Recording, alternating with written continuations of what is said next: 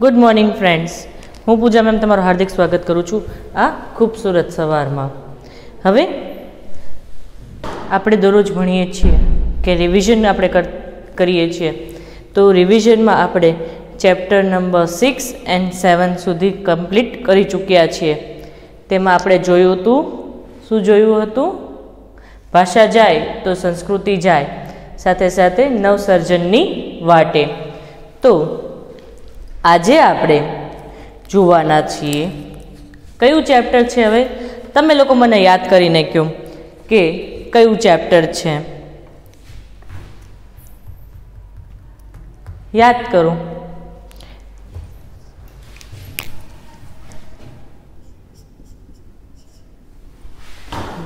ગદ્ય છે કે પદ્ય છે?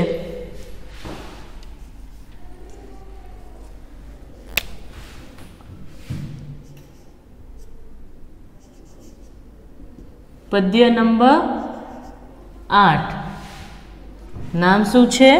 આભાર।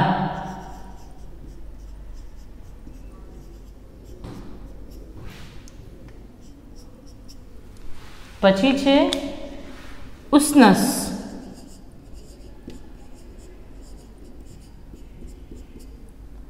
અને સાહિત્ય પ્રકાર છે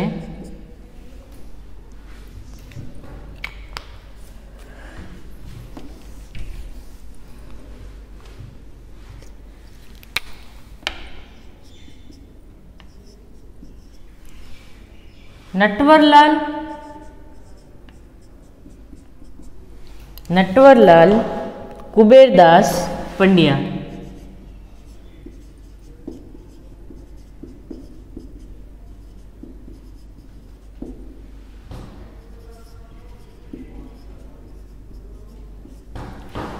ઉષ્ણસ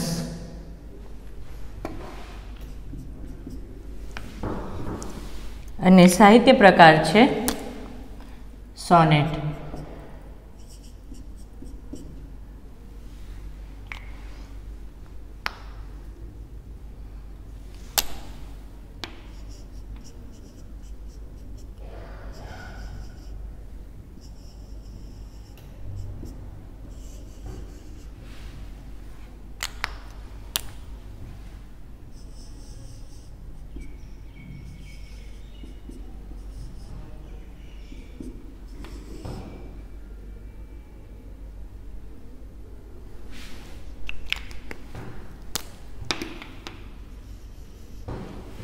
ઉષ્ણસ તો નટવરલાલ કુબેરદાસ પંડ્યા ઉષ્ણસ, તેમનો જન્મ 28 ડિસેમ્બર 1920, અવસાન 6 નવેમ્બર 2011, એટલે કે હમણાં રિસન્ટમાં જ। તેમનો જન્મ વડોદરા જિલ્લાના સાવલી ગામે થયો હતો। તેમણે અધ્યાપક અને આચાર્ય તરીકે કામગીરી કરી હતી। પ્રસન્ન નેપથ્યે આદ્રા, મનોમુદ્રા, તૃણનો સંગ્રહ, તૃણનો ગ્રહ, સ્પંદ અને છંદ, કિકરણી, ભારત દર્શન, અશ્વત્થ, રૂપના લય, વ્યાકુળ વૈષ્ણવ, પશ્ચિમ, પૃથ્વીનો પશ્ચિમ ચહેરે, પૃથ્વીને પશ્ચિમ ચહેરે અને શિશુલોક તેમના કાવ્ય સંગ્રહો છે। તેમની સમગ્ર કવિતા સમસ્ત કવિતાના નામે પ્રગટ થયેલી છે। સદમાતાનો ખાંચો તેમની સ્મરણ કથા છે। તેમને રણજીતરામ સુવર્ણચંદ્ર અને સાહિત્ય અકાદમી દિલ્હી પુરસ્કારો એનાયત થયા છે। હવે સોનેટ કાવ્યમાં કવિ પોતાની અનુભૂતિ 14 પંક્તિની મર્યાદામાં વ્યક્ત કરતો હોય છે અને અંતિમ 2 પંક્તિઓમાં સમગ્ર કાવ્ય ભાવ વ્યક્ત કરતી અસરકારક ચોટ સિદ્ધિ કરતો હોય છે। આ સોનેટમાં કવિએ આધુનિક યંત્રયુગને ચિત્રાત્મક રીતે મૂક્યો છે। માનવજાતે કુદરતથી મોં ફેરવી લીધું છે, પણ કુદરતે તેના આદિમ મહિમા ગુમાવ્યો નથી। પ્રકૃતિ તરફ આભારની લાગણી વ્યક્ત કરે છે।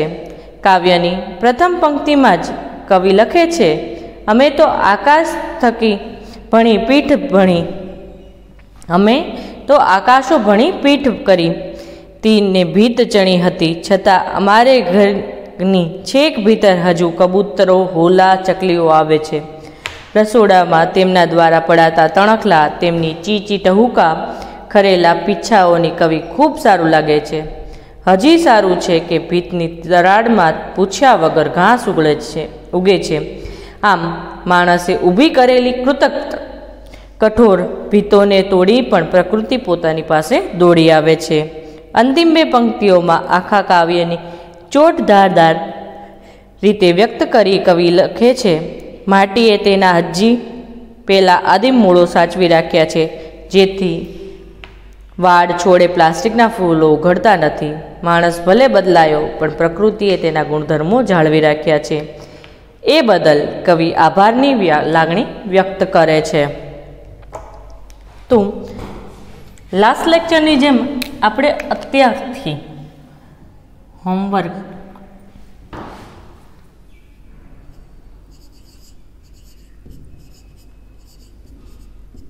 ઉષ્ણસનું પૂરું નામ જણાવું. સોનેટ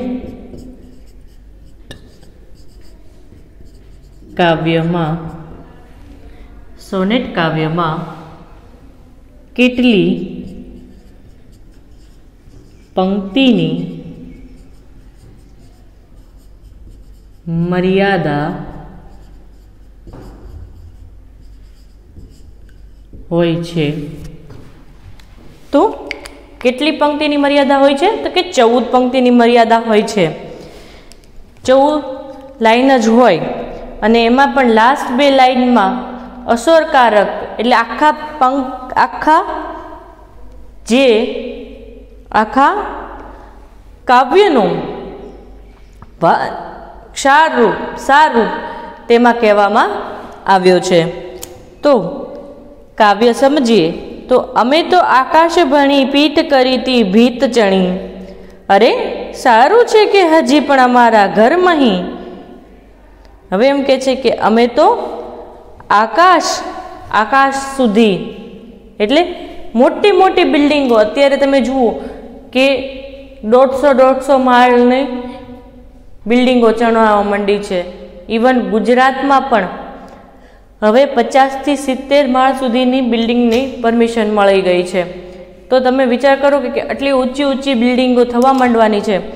તો હવે આપણે આકાશ ભણી પીઠ કરી તી ભીત ચણી, એટલે હવે આકાશ આપણે ન જોઈ શકીએ એટલી ઊંચી આપણે બિલ્ડિંગો બનાવવા માંડ્યા છે. અરે સારું છે કે હજી પણ અમારા ઘર મહી. એટલે કવિ આભારનો વ્યક્ત કરતા કહે છે, થેન્કફુલ થતા કહે છે કે હજી અમારા ઘર મહી એટલે અમારા ઘરમાં ઘણે ઊંડી ઉડી આવી ભીતરે ગૂંથે છે માળાઓ, કબૂતર, કપોત, ચકલી. એટલે આપણે હવે જોઈએ તો આપણી રૂટીન લાઈફમાં પણ તમે આ એક વસ્તુ નોટિસ કરજો કે આપણી રૂટીન લાઈફમાં પણ આ જે કબૂતર, ચકલી ને કબૂતર સૌથી વધારે આપણા ઘરમાં આવીને માળા બનાવે છે, જે આપણને ગમતું હોતું નથી. પણ કવિને એને ગમે છે કે તે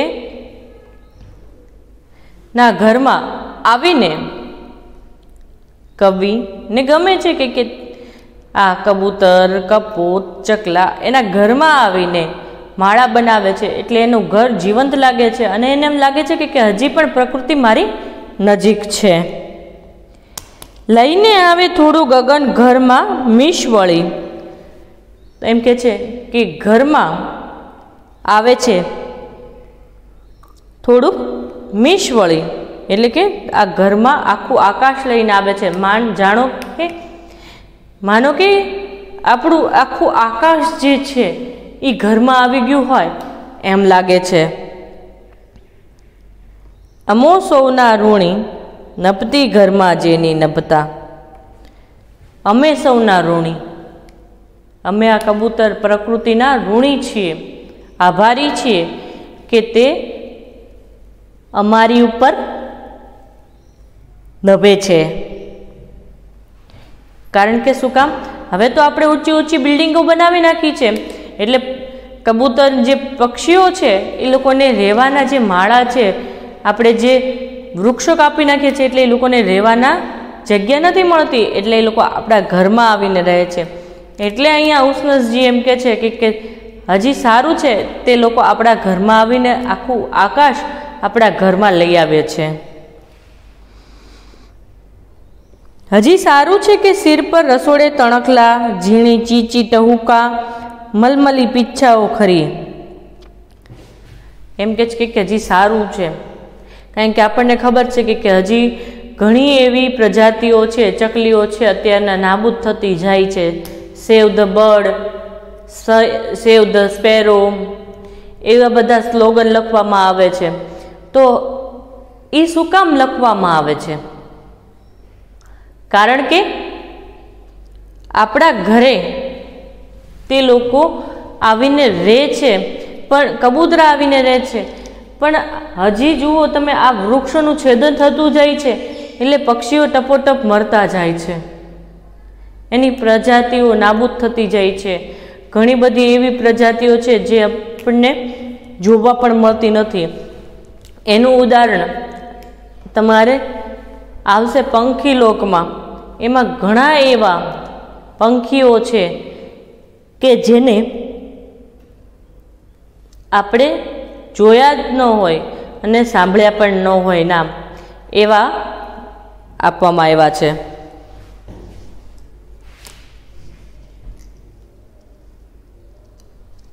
હજી આવે છે વનની લીલી કહેવા, પરિકથા હવામાં આઘેનું પરણ મનમાં છે ખરતું.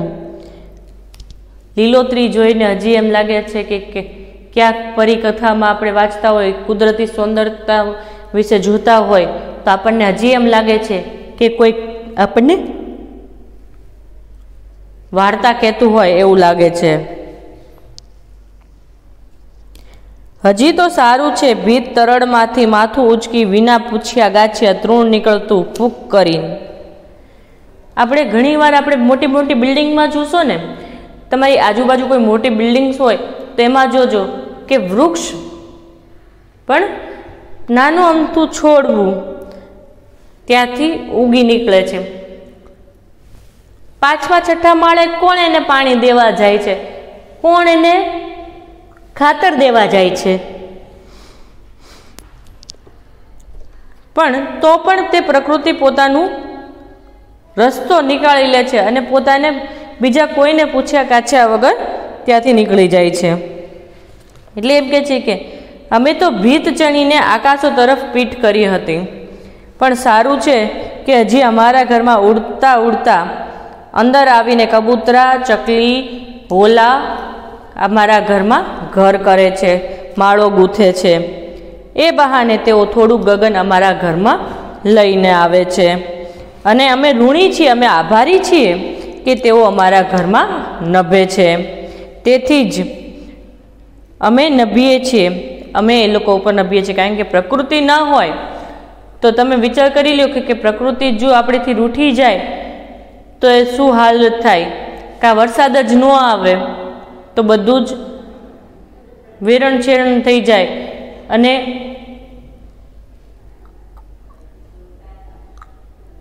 અતિશય વરસાદ આવે તો પણ બધું વેરણ છેરણ થઈ જાય, અતિશય તાપ પડે તો પણ વેરણ છેરણ થઈ જાય, અને તાપ ન પડે તો પણ તમે અત્યારના જુઓ કે વાદળિયું વાતાવરણ હોય તો રોગ વધી જાય.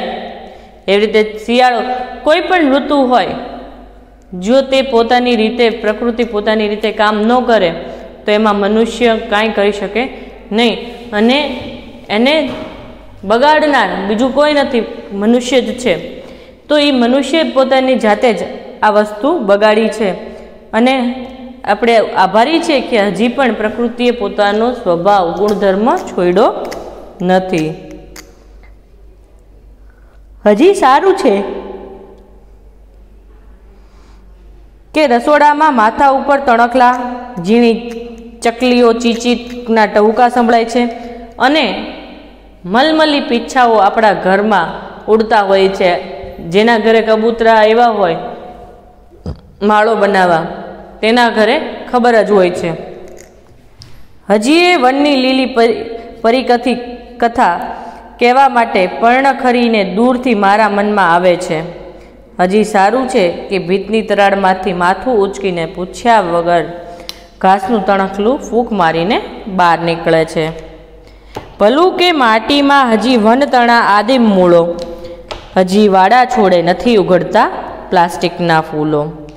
એટલે એમ કે છે સારું છે કે માટીમાં હજી વનના આદિમ મૂળો, એની પ્રકૃતિ હજી સચવાયેલી રહેલી છે. હજી આપણને ક્યાંય વાડીના છોડે પ્લાસ્ટિકના ફૂલો દેખાતા નથી. એટલે અહીં ટૂંકમાં આપણને એમ કહેવામાં આવ્યું છે કે આપણે પ્રકૃતિ તરફ ભલે આપણે પીઠ કરી નાખ્યું હોય, આપણે આપણા સ્વાર્થ માટે આપણે પ્રકૃતિને હાનિ પહોંચાડતા હોઈએ, પણ પ્રકૃતિ ક્યારેય પોતાનો મૂળભૂત સ્વભાવ છોડતો નથી. તે હંમેશા આપણી સહાયતામાં રહે છે. ઘરમાં થોડું આકાશ લઈને કોણ આવે છે? કબૂતર, કપોત, ચકલી. ભીતની તિરાડમાંથી કોણ બહાર આવે છે? કે તૃણ એટલે કે ઘાસ. કવિને શું ગમે છે? માટીમાં વનના આદિમ મૂળો રહેલા છે તે. આભાર કૃતિનો સાહિત્ય પ્રકાર જણાવો. સોનેટ. પછી આ ત્રણ જે છે એ ત્રણ તમારે લોકોએ રીડ કરી જવાના છે. હવે ફટાફટ આપણે તો ઓલરેડી લખાઈ ગયા છે એ ત્રણ ક્વેશ્ચન આન્સર. અમે સૌના ઋણી છીએ એવું કવિ શા માટે કહે છે? અમે આકાશ તરફ ભીત શું ચણી લીધું છે? ભીતમાંથી પૂછ્યા વગર શું નીકળે છે? આના ક્વેશ્ચન આન્સર તમે એકવાર લર્ન કરી લ્યો, વાંચી લ્યો ફટાફટ.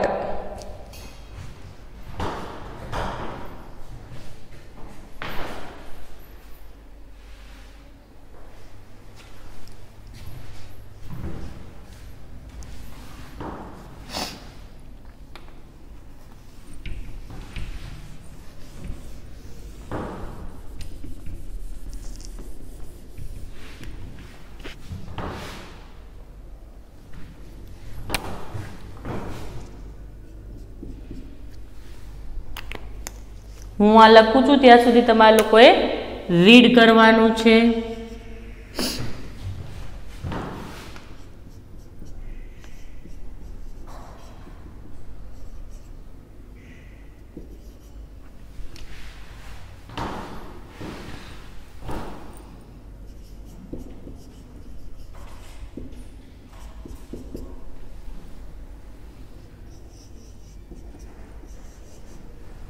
પારખું, જેના લેખક છે જયંતિ દલાલ.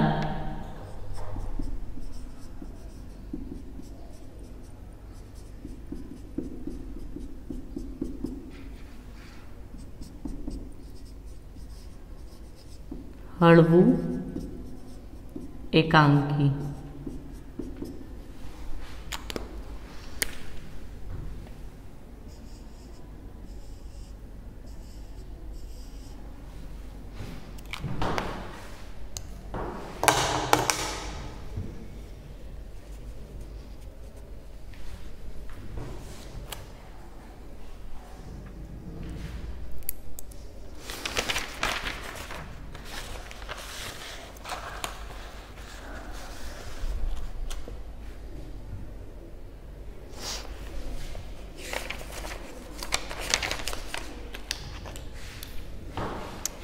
હજી આમાં એક ક્વેશ્ચન લખી નાખું.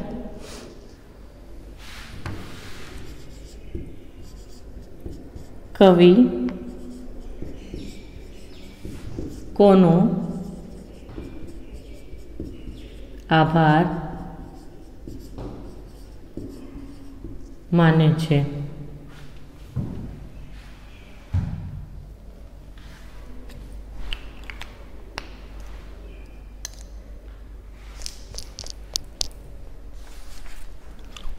Chapter number 9 પારખું। જયંતી દલાલ।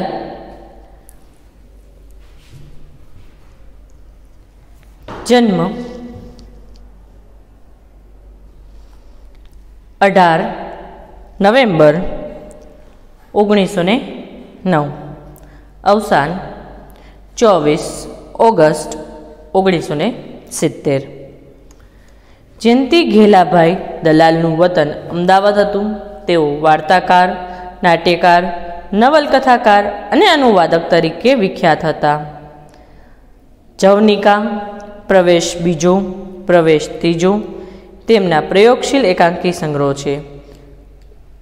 રંગતોરણ બાળ નાટકોનો સંગ્રહ છે।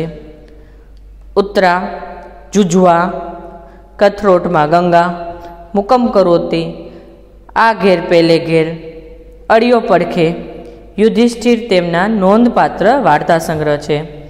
ધીમુ અને વિભા તથા પાદરના તીરથ તેમના પ્રયોગશીલ નવલકથાઓ છે। તેઓએ જગવિખ્યાત નવલકથાઓના સફળ અનુવાદ કર્યા છે। હવે ક્વેશ્ચન નંબર 4।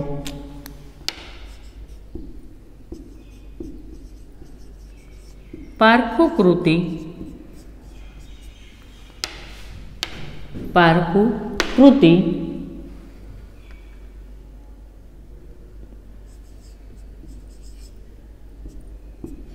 કઈ પુસ્તકમાંથી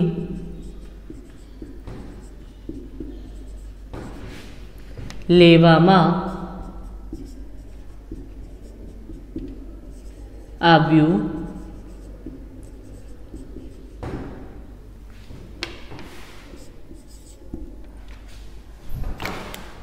છે? તો આ એકાંકીમાં રમૂજી પ્રસંગ રજૂ કરવામાં આવ્યો છે। પિયુષ દાંતનો ડૉક્ટર છે પણ બેકાર છે। તેમની પહેલાં મનમોહનદાસ સાથે મુલાકાત થાય છે કે જેમને તે પોતાના થનાર સસરા માને છે। તે તેમની સમક્ષ ધંધાની બડાસ હાંકે છે, પરંતુ મનમોહનદાસ સરચાર્જ કલેક્ટર હોય છે, તેથી પિયુષની મુશ્કેલી વધે છે। તેમની બીજી મુલાકાત નરત્નમણી રાવ સાથે થાય છે, જે તેમની દીકરી માટે પિયુષનું પારખું લેવા આવ્યા હોય છે, પરંતુ ડૉક્ટર પિયુષ તેમની સાથે ઉદ્ધતાઈથી વર્તે છે। આમ ગફલતના કારણે રમૂજ થાય છે। આ હળવા એકાંકીમાં એક બેકાર ડૉક્ટરની બડાસ, ગેરસમજ અને ગફલતને કારણે ઊભા થતા રમૂજી પ્રસંગની રજૂઆત કરવામાં આવી છે। સાદા પણ ચબરાક સંવાદો અને પ્રસંગોની ચતુરાઈભરી ગોઠવણી આ કૃતિને છેલ્લે સુધી અસ્વાદ્ય રાખે છે। એકાંકીમાં લેખકે બે ચોટ સિદ્ધ કરી છે। ડૉક્ટરને પહેલાં મનમોહનદાસની અને પછી નરરત્નમણી રાવની ઓળખ મળે છે, ત્યારે આ એકાંકી તખ્તા ઉપર સફળતાપૂર્વક ભજવી શકાય એવા ગુણો ધરાવે છે। પાત્રો: પિયુષ,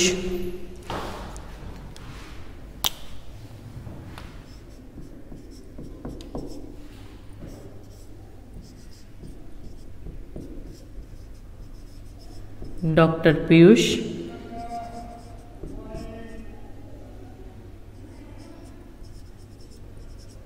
અનિરુદ્ધ, પછી નરરત્નમણી રાવ ને મનમોહનદાસ।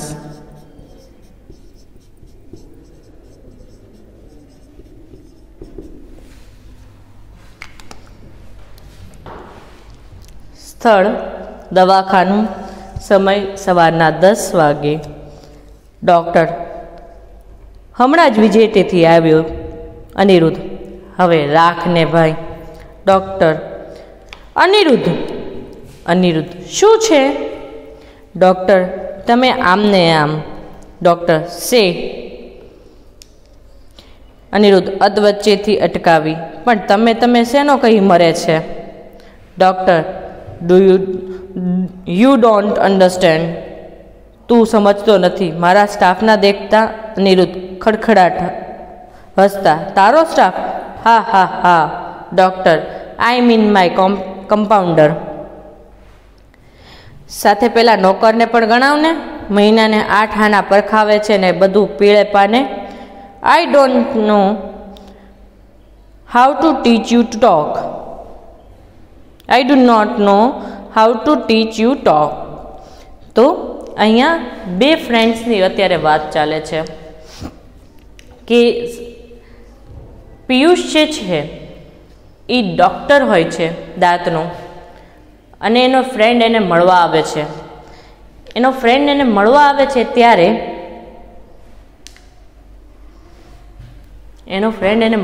છે ત્યારે એ શું કરે છે કે હાથે કરીને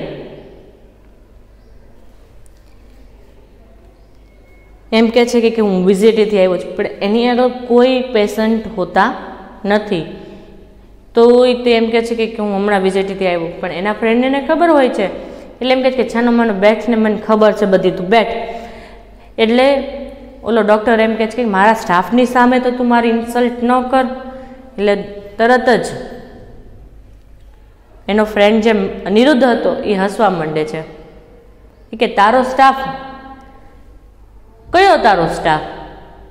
એટલે એમ કહે છે કે મારો કમ્પાઉન્ડર.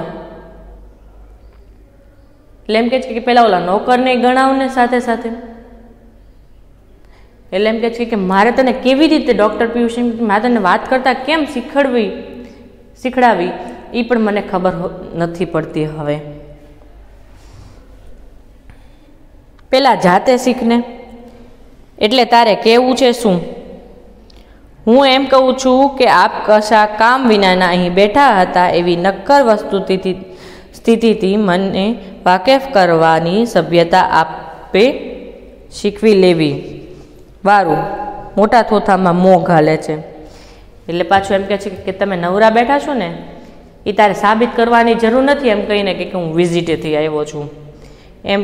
એટલે પાછું એમ કે સારું ઓકે એમ કહીને પાછા મોટી બુકમાં પોતાનું મોઢું નાખે છે, એટલે કે રીડિંગ કરવા બેસે છે. અનિરુદ્ધ: જો ભાઈ આમ દેખાડે પંડિતાઈ મળતી હોત ને તો પેલો છગનો જોશી અવતાર ગણાય. એટલે એમ કહે છે કે આવી રીતે ખાલી દેખાડો કરવાથી આપણને પંડિતાઈ એટલે કે ભણતર આવડે નહીં, ખાલી દેખાડો કરવાથી આવડે નહીં. ડૉક્ટર: ભાઈ હવે ટૂંકું પતાવીશ? એટલે એમ કે હવે ભાઈ બંધ કર ને તારી ભાષણબાજી. ખબર છે આવ્યો ત્યાંનો બગ બગ બગ બગ કરે છે, મને ખબર છે કે મારી પેશન્ટ નથી, પણ તું તારું મોઢું બંધ રાખીશ. અનિરુદ્ધ: અરે ભલા આદમી, ઉલટો ઉપકાર માને ને કે માખ ન મારવાની હિંસાથી હું તને ઉગારું છું, એટલે તું અહીં લડવા જ આવ્યો છે? અરે ભાઈ લડીએ ક્યાં પાલવે, જો આપણે બે લડીએ તો ચોક્કસ જ તું મારને તમાચો મારે, મારો આ હલતો દાંત પડી જાય, મારે નખાવો પડે, તારે મફતમાં નાખી દેવો પડે. તું કમાતો હોય તો ઠીક, પણ હવે એમ કહે છે કે ભાઈ હવે લડીએ ક્યાં પાર આવવાનું છે? આમાં કાંઈ લડવાથી કાંઈ કામમાં આવવાનું નથી. તો લડીએ કાંઈ પાર આવવાનો નથી. આપણે ભાઈ જો લડશું તો તું મને તમાચો મારીશ, લાફો મારીશ, અને મારો આ હલતો દાંત પડી જશે, અને તારે મને નાખી દેવો પડશે. એ નાખી દઈશ એટલે તારે જ પૈસા ખર્ચવાના. તું કમાતો હોય તો ઠીક છે, બાકી આ તારે મફતમાં કામ કરવું પડશે, એટલે આપણને બહીને લડવું ફાવશે નહીં. હંબગ: એ હંબગ તંબગમાં હું કાંઈ ન જાણું. કંટાળીને: ત્યારે આપ જાણો છો શું? અરે હા યાર, બરાબર યાદ આવ્યું. ડૉક્ટર દોસ્ત. ભાઈ, તો તું નામ પાડે તો ઉપકાર, પણ અલ્યા પિયુષ. નોનસેન્સ. ડૉક્ટર પિયુષ રાયજી કહો. એટલે એમ કહે છે કે હંબક બંબક તમારું, મારી માટે કાંઈ નથી. એટલે કે હા, કે પછી ડૉક્ટર પિયુષ એમ કહે છે કે તું અહીંયા આવ્યો છે શું? એટલે પાછું એમ કહે છે કે હા હા હા દોસ્ત, ડૉક્ટર દોસ્ત, મને સારું થયું યાદ દેવડાવ્યું. એટલે એમ કહે છે કે તું નામ બોલ ને મારું. એટલે કે અલ્યા પિયુષિયા. આપણે ફ્રેન્ડ હોય તો આપણે આપણા ફ્રેન્ડ્સના નામ બગાડતા હોય, એટલે પાછો ઓલો ડૉક્ટર પિયુષ છે ને ગુસ્સે થઈ જાય છે કે મને પિયુષ નહીં કહેવાનું મારા ક્લિનિકમાં, મને પિયુષ રાયજી કહેવાનું. એ તો પાટિયા ઉપર લખવાનું, બોલવાનું નહીં. પણ ડૉક્ટર ખીજાઈને, છે શું તે કહેને, છે શું તે કહેને. એ જ ખીજાતો હોય તો રહે ને તું તારે ત્યાં. આ ચાલ્યો, હું તો પછી કાંઈ થાય તો દોગામી ન દેતો. એટલે એમ કહે છે કે એ ખાલી બોલવાનું લખવાનું હોય પિયુષ રાયજી, બોલવાનું ન હોય. ફ્રેન્ડ્સમાં થોડી એવી રીતે માન સન્માનની વાત આવે, એ તો તુકારો દેવાઈ જાય. એટલે પછી એમ કહે છે કે તું કહે છે શું? એવું મને ન કહેવાય, કારણ કે હું ડૉક્ટર છું, મને આવી રીતે જ બોલાવવાનું. એટલે એમ કહે છે કે તારે તારી છે ને સભ્યતા રાખવી હોય તો તારી આગળ રાખ, હું હાલું, હું જાઉં છું. પછી મને ન કહેતો કે હું અહીંયા જે કામ માટે આવ્યો હતો ને એ હું કહેવામાં આવ્યો છું. પછી મને ન કહેતો કે તે મને કીધું કેમ નહીં. વારું. રિવોલ્વિંગ ચેરમાં પડખું ફેરવે છે. સારું, ઊભો થાય છે. આવજે. એટલે પાછો બોલો નિઠ્ઠર થઈને પોતાની રિવોલ્વર ચેરમાં પાછો ઊંધો ફરી જાય છે. એટલે કે હું જાઉં છું. સારું, કે આવજે. એટલે અનિરુદ્ધ પાછો એમ કે શું કામ? અપમાન સેવા, ઉલટું તમારા ભલા માટે આવીએ ત્યારે પણ. ઓલો એની હેલ્પ કરવા જ આવ્યો છે, પણ ડૉક્ટરને પોતાની જાતને અભિમાન હતું કે હું ડૉક્ટર છું એટલે મને માન સન્માનથી જ બોલાવવાનું. એટલે એમ કહે છે હું શું કામ બીજી વાર આવું મારું અપમાન સેવાન કરવા? હું તો તારું ભલું કરવા આવ્યો હતો, હું કાંઈ બીજી વાર નથી આવવાનો. જરા સભ્યતાથી બોલતો હતો. સભ્યતા? પણ હું શું કહેતો હતો? માથું ખંજવાળતા. હા, બરાબર યાદ આવ્યું. ડૉક્ટરની પીઠ થાબડી. શાબાશ દોસ્ત, કોંગ્રેચ્યુલેશન્સ. મલકાતા. બહુ મોડા થયા. ડૉક્ટર દોસ્ત, બેટર લેટ ધેન નેવર. પણ ધીરજના ફળ મીઠા છે, એ વાત તે સાબિત કરી. હો, નીલુ જેવી છોકરી આખી નાતમાં તને ન મળત. હા હા હા. એટલે એમ કે છે કે જરા સભ્યતાથી વાત કર મારી સાથે. સભ્યતાથી વાત કર તો હું તારી સાથે સભ્યતાથી વાત કરું. એટલે પાછું એમ કે સભ્યતા મારે તારી આગળથી શીખવાની. કે તો જવા દે. અને પાછું માથું ખંજવાળતા યાદ કરતાં કરતાં કહે છે કે મારે તને શું કહેવાનું છે. એમ કરતાં કરતાં પછી યાદ આવ્યો છે અને ડૉક્ટરની પીઠ થાબડે છે. પીઠ થાબડીને એમ કહે છે કે કોંગ્રેચ્યુલેશન્સ, નીલુ જેવી છોકરી તને આખા નાતમાં ક્યાંય મળત નહીં. સંતોષના હાસ્યથી જોજે કંઈક હૃદય ઉભરાઈ ન જાય. પણ ડૉક્ટર, તમારી પરીક્ષા હવે છે એ ખબર છે? ના, કેમ? વારું. તમારા સસરા તમને જોવા પારખવા આવ્યા છે. મારા સસરા? એ જીવે છે? એટલે એમ કે છે કે મારા સસરા હજી જીવે છે? એટલે ડૉક્ટરને એમ કહે છે કે કોંગ્રેચ્યુલેશન્સ, નીલુ જેવી છોકરી નહીં મળે તમને આખી નાતમાં. એટલે થેન્ક યુ. તો પાછો હસવા માંડે છે અને એમ કહે છે, હવે અનિરુદ્ધ એમ કહે છે કે તમારું પારખું કરવામાં, એટલે કે એ ચકાસણી કરવા, તમારી ટેસ્ટ લેવા માટે તમારા સસરા આવે છે. એ તમને ખબર છે? એટલે ઓલાને તો ખબર જ હતી કે મારા સસરા છે હજી જીવે છે. ત્યારે જુવાનિયા વિરુદ્ધ ન પડે તો બીજી વાર ફેરા ફેરવાની પણ ઉમેદવારી ધરાવે છે.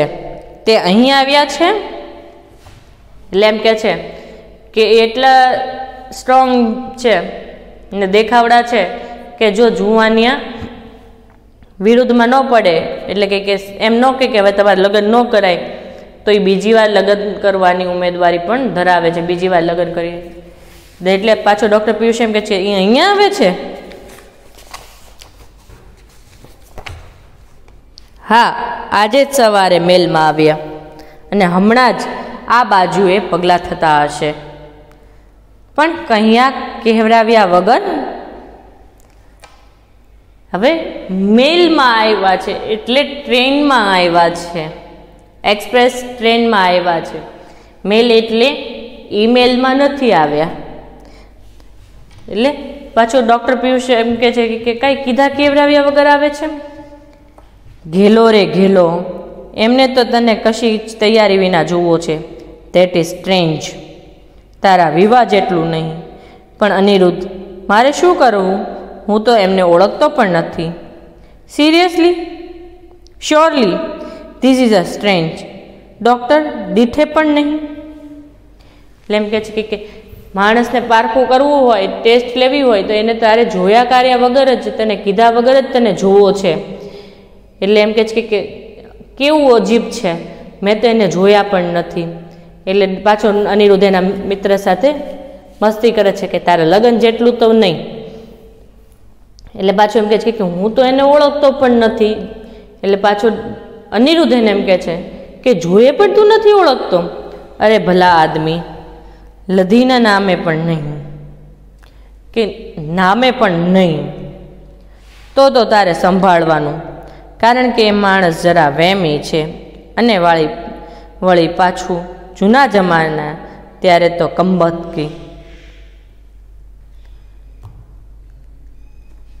એટલે એમ કે છે કે તો તારે ધ્યાન રાખવું જોઈએ, કારણ કે તું એને ઓળખતો નથી, નામેથી નથી ઓળખતો, તો તારે એનું શ્યોરલી એનું ધ્યાન રાખવું પડશે, કારણ કે એ માણસ છે ને થોડોક વહેમી છે, એટલે કે ઓર્થોડોક્સ વિચારનો છે.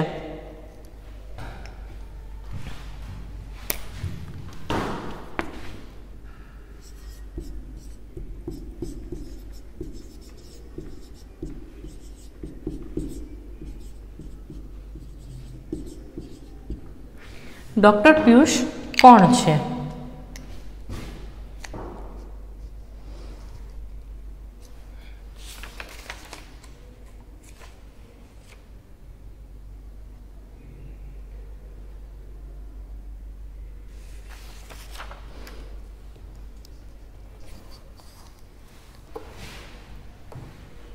ત્યારે તો કંબતકી. એટલે એમ કે ત્યારે તમારી કઠણાઈ પૂરી અને એ દવાખાનું બતાવી આ બધાના ભપકામાં ન અંજાય ને તો શું? ચપટી વગાડી આંગળીથી એક વર્તુળ દોડે છે. શું વિવાહ ફોક?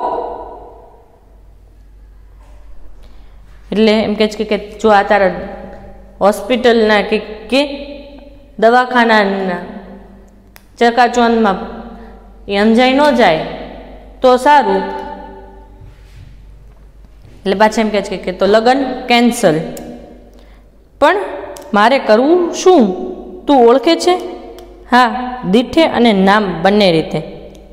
એ કેવા છે? ઠંડે કલેજે, માણસ જેવા માણસ. અરે દોસ્ત, my dear friend, help me. ઓહો, મારે તો જરા સભ્યતા શીખવા જવું છે. ઓ ભાઈ અનિરુદ્ધ, આવી ફટેલ જોક. એટલે એમ કે છે, એટલે એણે એમ કીધું કે તારા લગ્ન કેન્સલ. એટલે ડૉક્ટર એમ કહે છે કે તું એને ઓળખે છો? એટલે અનિરુદ્ધ કહે છે કે હા, હું એને જોઈ ઓળખું છું અને નામેથી પણ ઓળખું છું. એટલે તરત ડૉક્ટર પિયુષ છે ને નરમ પડી જાય છે અને એમ કહે છે કે હવે તમારે સભ્યતા શીખવી પડશે. એટલે એમ કહે છે કે હવે બસ બંધ થાને. એટલે એમ કહે છે કે દેખાય છે કેવા? એટલે આપણે પહેલાં બધા એમ પૂછીએ ને કે કેવા છે? કે માણસ જેવા માણસ. એટલે કે મારે એને ઓળખવા હોય તો, એટલે કે પહેલાં મારે સભ્યતા શીખવી પડશે. એટલે એમ કહે છે કે હવે બસ જોક મારવાના બંધ કરીને મને કે તું અહીં સુધીનું ફટાફટ એકવાર રીડ કરી જાઉં.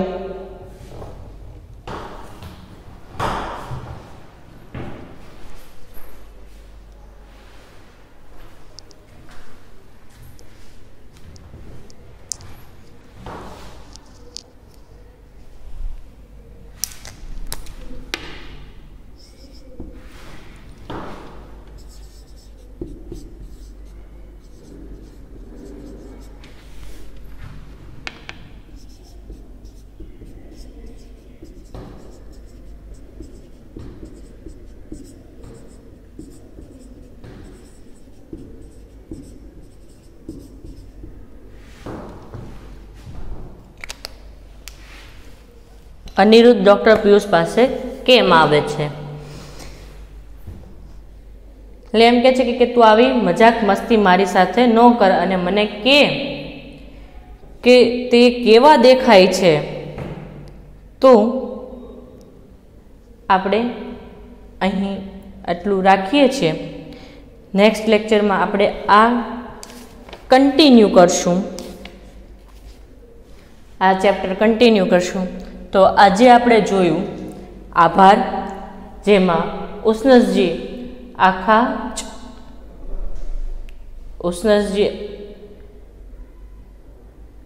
પ્રકૃતિ તરફ આભાર વ્યક્ત કરતા પોતાની લાગણી અહીં વ્યક્ત કરી છે.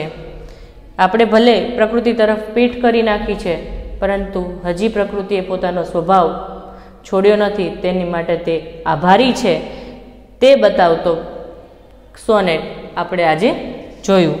અને પારખુમાં આપણે સ્ટાર્ટ કર્યું છે કે અનિરુદ્ધ ડૉક્ટર પિયુષ પાસે આવે છે, જે બંને મિત્ર છે અને બંને મસ્તી કરતા હોય છે. એમાં ડૉક્ટર પિયુષ ગુસ્સે થઈ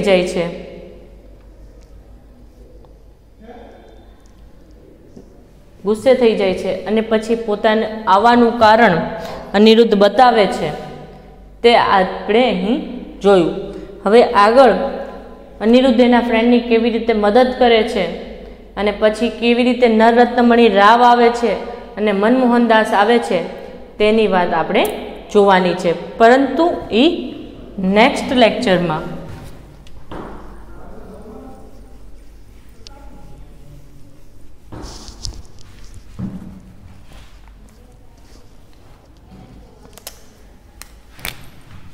આ છે આપણું તમારું હોમવર્ક.